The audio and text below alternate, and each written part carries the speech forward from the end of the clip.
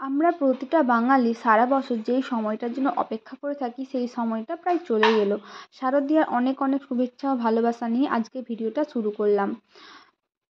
তো বুঝতেই পারছো আজকের ভিডিওটা হতে চলেছে দুর্গাপুজোর মেকআপ সিরিজের ওপর। তো আমার স্কিনটা যেহেতু একটু ড্রাই সেই অনুযায়ী আমি প্রথমেই রিকর্ডের ময়শ্চারাইজিং স্প্রেটা অ্যাজ এ টোনার ইউজ করে নিলাম। তারপরে ময়শ্চারাইজার হিসেবে প্রস বিউটির ময়শ্চারাইজিং প্রাইমারটা ইউজ করে নিলাম। কিন্তু গরমকাল সোয়েটিংয়ের যদি একটু আধটুও প্রবলেম হয় সেই কারণে আমি রিকর্ডের সিলিকন বেস প্রাইমারটা ইউজ করে নিলাম। তো তোমাদেরকে বলে রাখি তোমরা তোমাদের স্কিন টাইপ ওয়াইজ বুঝে কিন্তু স্কিন প্রিপারেশনটা করবে। স্কিন প্রিপারেশনটা তোমরা যতটা ভালো করবে তোমাদের মেকআপটা কিন্তু ঠিক ততটাই লং লাস্টিং হবে। আমি আজকে যেহেতু আমার মেকআপটা একটু গ্ল্যাম রাখতে চাইছি সেই জন্য আমি সুইস বিউটি স্টোভ ক্রিম আর লিকুইড হাইলাইটারটা মিক্স করে ফেসে অ্যাপ্লাই করে নিলাম। তোমাদের সোয়েটিংয়ের প্রবলেম থাকলে তোমরা এই পার্টটা স্কিপ করতে পারো। আমার অত্যন্ত বেশি ডার্ক সার্কেলস এবং পিগমেন্টেশন থাকার জন্য আমাকে কালার কারেক্টিংটা করে নিতে হয়েছে। তোমাদের পিগমেন্টেশন ডার্ক সার্কেলসের প্রবলেম যদি না থাকে তোমরা কালার কারেক্টিং পার্টটা স্কিপ করে যেও। তারপর আমি এখানে ইউজ করেছিলাম ম্যাকেজেমিয়ার একটা ফাউন্ডেশন যেটা ভিডিওতে শো করা হয়নি। তারপর আমি সুইস বিউটির একটা কনসিলার নিয়ে হাইলাইট করে ফেলেছি। তোমাদেরকে আর কী বলবো, সুইস বিউটির কনসিলারটা অ্যাফোর্ডেবল রেঞ্জের মধ্যে এতটাই ভালো যে বলার কোনো কথা নেই। তারপরে আমি যেহেতু ব্লাশ লাগাতে পছন্দ করি তো আমি এখানে রিকর্ডের 01 শেডের ব্লাশটা অ্যাপ্লাই করে নিয়েছি। তোমরা চাইলে নাও করতে পারো।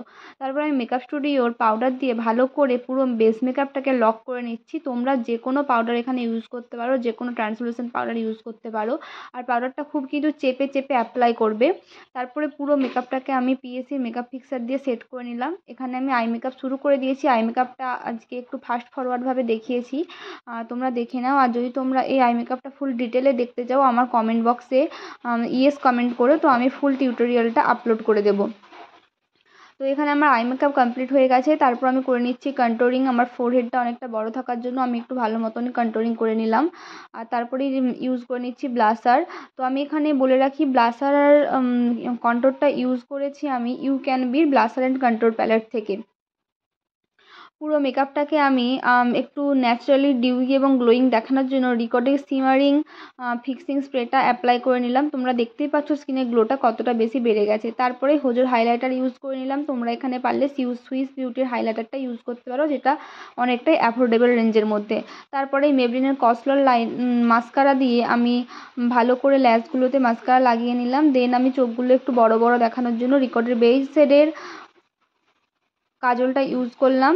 তারপরে ইউজ করে নিলাম লিপস্টিক, একটা নিউড শেডের লিপস্টিক লাগিয়েছিলাম এবং গ্লসি ফিনিশ দেওয়ার জন্য ইনসাইডের লিপ গ্লস ইউজ করেছি। এই তো কথা বলতে বলতে আমার টোটাল মেকআপ ডান। মেকআপটা কেমন হয়েছে জানিও। দেখা হচ্ছে অন্য কোনো ভিডিওতে। Tata bye. কমেন্টস করে জানিও কেমন হয়েছে।